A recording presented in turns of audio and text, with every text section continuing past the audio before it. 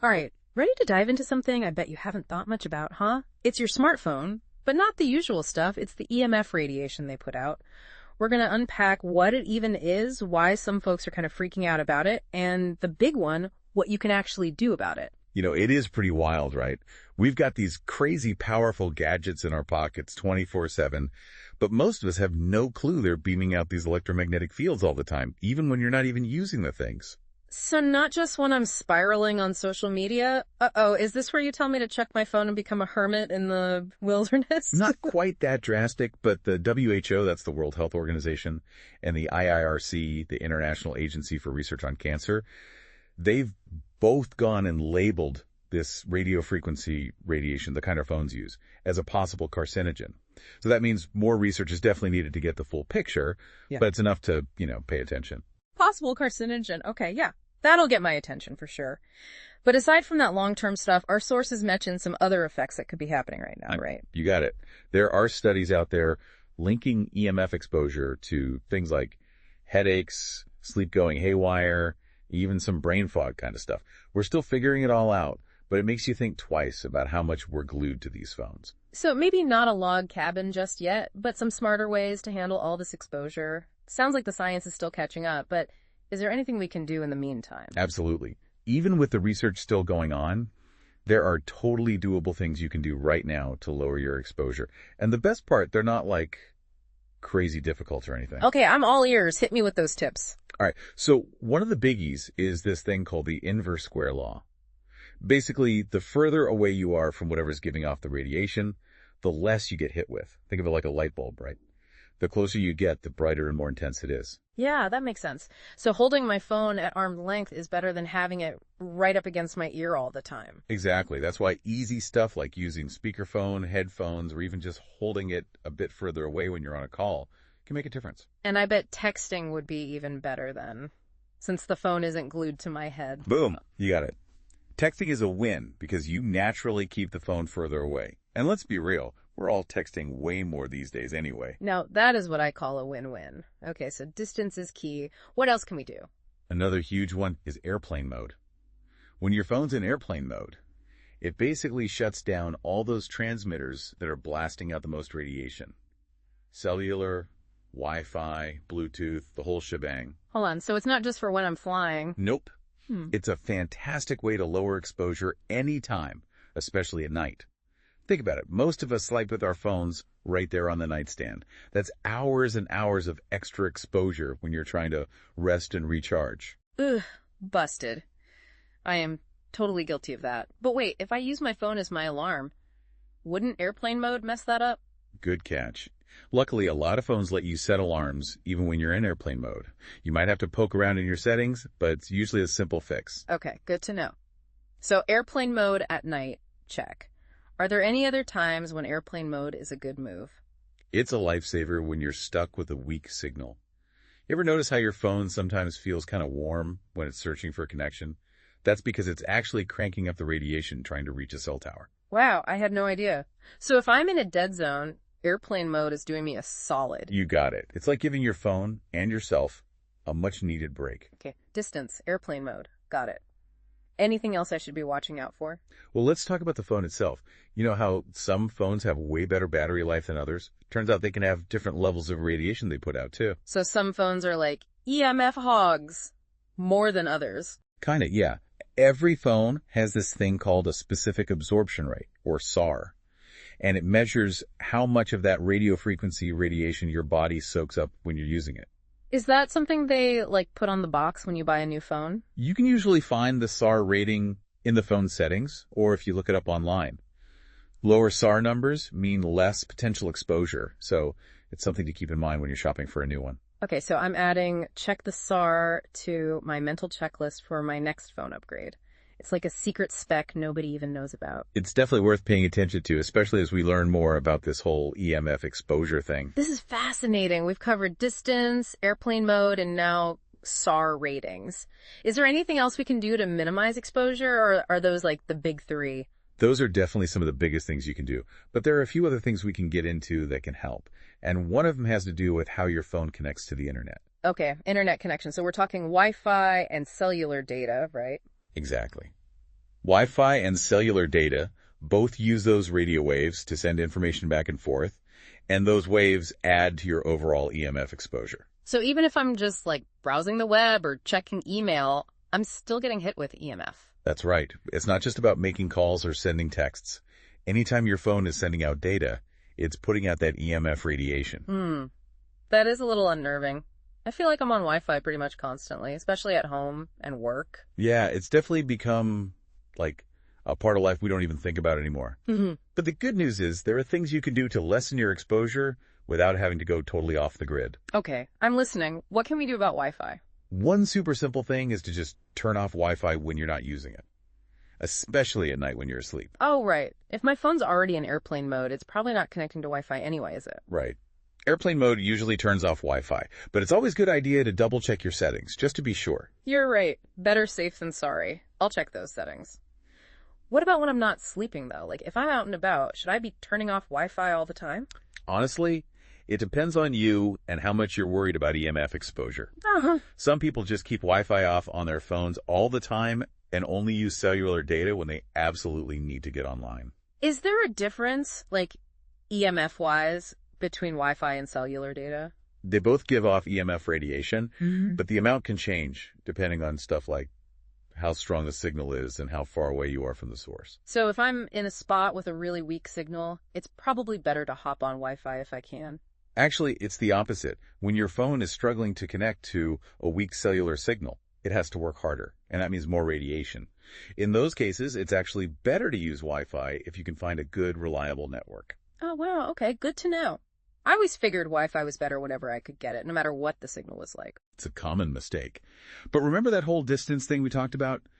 The further you are from the source, the better. So if you've got a strong Wi-Fi signal, using that instead of a weak cellular signal can actually help you out. That makes sense. So it's all about being aware of your surroundings and making smart choices based on the signal, right? Are there any other Wi-Fi and cellular data tricks? One thing to think about is where your Wi-Fi router is at home. Ideally, you want it in a central spot, away from where you spend a lot of time, like your bedroom or the living room. So no sleeping right next to the router. Exactly. And if you're really serious about lowering EMF, you can even think about turning off your router at night while you sleep. I'll have to give that some thought. I like the idea of minimizing exposure, but I also don't want to, make my life super complicated. I hear you. It's all about finding a balance that works for you. No one-size-fits-all solution here. Speaking of balance, one thing that caught my eye in what we were reading was all these EMF shielding gadgets they're selling. Like special phone cases or stickers that claim to block radiation. Have you looked into those at all? Yeah, I've seen those. It's one of those areas where the science is still kind of up in the air. Some of them might help redirect the radiation away from you, but there's no guarantee they'll completely block it. So it's not like a magic bullet or anything, but maybe they could offer some protection. Maybe. But it's important to do your homework and buy from companies that know their stuff and have done real testing on their products. So buyer beware. You got it. And even if you do use one of those shielding things and it helps a bit, you still got to do the other stuff we talked about, like keeping your distance and using airplane mode. Right. Every little bit helps. Okay, so we've covered a lot. Distance, airplane mode, SAR ratings, managing Wi-Fi and cellular data, even EMF shielding devices. My brain's kind of full. I know, it can feel like a lot. But the main thing is to make small, gradual changes that you can actually stick with over time. You don't have to change everything overnight. That makes me feel better. I'm all about those baby steps. But before we get too deep into the practical tips, I kind of want to circle back to the science for a sec. We talked about how EMF radiation is labeled a possible carcinogen, but what does that actually mean? And are there other health risks besides cancer we should be thinking about? Those are great questions, and they really get to the heart of why we're even talking about all this in the first place. To understand the risks, it helps to know a little about how EMF radiation affects our bodies. Okay, let's have a mini science lesson. So EMF radiation, it's all around us, right? Coming from power lines, appliances, cell phones, Wi-Fi routers, everything. It's energy that travels in waves. And these waves, we can sort them based on how often they happen. That's frequency, and how much energy they have. So are some types of EMF radiation worse than others? You got it. The EMF from our phones is what we call radio frequency radiation. and it's what we call non-ionizing. Okay, I've heard that term before, non-ionizing, but I'm not totally sure what it means. Basically, non-ionizing radiation doesn't have enough energy to break apart the chemical bonds in our DNA. That's what makes ionizing radiation, like X-rays and gamma rays, so dangerous they can mess with our DNA directly and potentially cause cancer. So non-ionizing radiation is safer because it can't mess up our DNA. It's usually thought of as less harmful than ionizing radiation. But that doesn't mean it's completely harmless. Even though it can't break those chemical bonds, it can still cause other changes in our bodies. What kind of changes? Well, when radio frequency radiation hits our bodies, it makes the atoms vibrate, and that creates heat. That's why your phone feels warm sometimes when you've been using it for a while. Yeah, I know that feeling. But is that heat really something to worry about? The heat from our phones is usually not a big deal. It's considered safe. But more and more scientists are worried that even low levels of this radio frequency radiation, if we're exposed for a long time, could have these subtle long-term effects on us. What kind of long-term effects are we talking about? Some of the things they're looking into are things like more oxidative stress in our cells, problems with how our cells work, and even possible effects on brain development in kids. Whoa, that's pretty scary. So even if it's not messing up our DNA like X-rays, it could still be affecting us in other ways. That's the current thinking, yeah. The research is still ongoing. We don't have all the answers yet. But just to be safe, it's probably smart to limit our exposure, especially since EMF radiation is, like, everywhere these days. That makes sense. Better safe than sorry, right? Especially with our health. I have to admit, though, I'm a little overwhelmed by all this info. Are there any good resources you recommend for folks who want to learn more about EMF radiation and the latest research? Oh, absolutely. There are a bunch of solid organizations and websites that have good evidence-based information. Any examples you can share? Of course. The WHO, the World Health Organization, has a whole section on EMF radiation on their website. And the IRRC, the International Agency for Research on Cancer, has some resources too. Then there's the Environmental Health Trust. They're a nonprofit that's all about EMF research and education. Their website is packed with good info, like summaries of the latest studies. Awesome. Those are some great resources. I'll definitely check those out. So aside from the scientific stuff, I'm also curious about the practical side of things. You mentioned earlier that we can do stuff to lower our exposure, and we've talked about some tips already. But are there other lifestyle changes or habits we can pick up to reduce our overall EMF exposure? That's a great question. And it brings up an important point. This isn't just about our phones. It's about being aware of all the EMF radiation around us and making smarter choices. So it's not just about my phone habits. It's like looking at my whole environment. Yeah, exactly. Think about your workspace, for example. Are you surrounded by electronics? Do you have, like, power strips or extension cords running under your desk? That stuff all adds to your exposure. Yeah, my workspace is kind of a mess. Lots of gadgets plugged in under there. Never really thought about it that way. What can I do about it? Well, first off, try to declutter. The fewer electronics plugged in around you, the better. And if you can, move those power strips and cords away from you. Less tech jungle under my desk. Got it. Anything else I should be thinking about? Lighting is another one. Those compact fluorescent bulbs, CFLs, and some LEDs, they can actually give off more EMF radiation than old-school incandescent bulbs. No way, really. I thought LEDs were supposed to be, better for the environment and stuff. They are, energy-wise. But some LEDs, especially the dimmable ones, can give off higher EMF. If you're worried about it, you might want to go for incandescent bulbs or look for low-EMF LEDs. Okay, wow, this is eye-opening. So it's not just our phones, it's our workspaces, our lights. It feels like EMF radiation is everywhere. It's definitely out there, yeah. But that doesn't mean we're helpless. The more we know about where it's coming from and how it affects us, the better we can protect ourselves. That's a good point. It's about taking control, not freaking out. Speaking of being proactive, one of the things that really jumped out at me in our research was the connection between EMF radiation and sleep. Can you talk about that? For sure. Sleep is so huge for our health, both mental and physical. And there's more and more research showing that EMS can really mess with our sleep. How does that happen? There are a couple of things going on.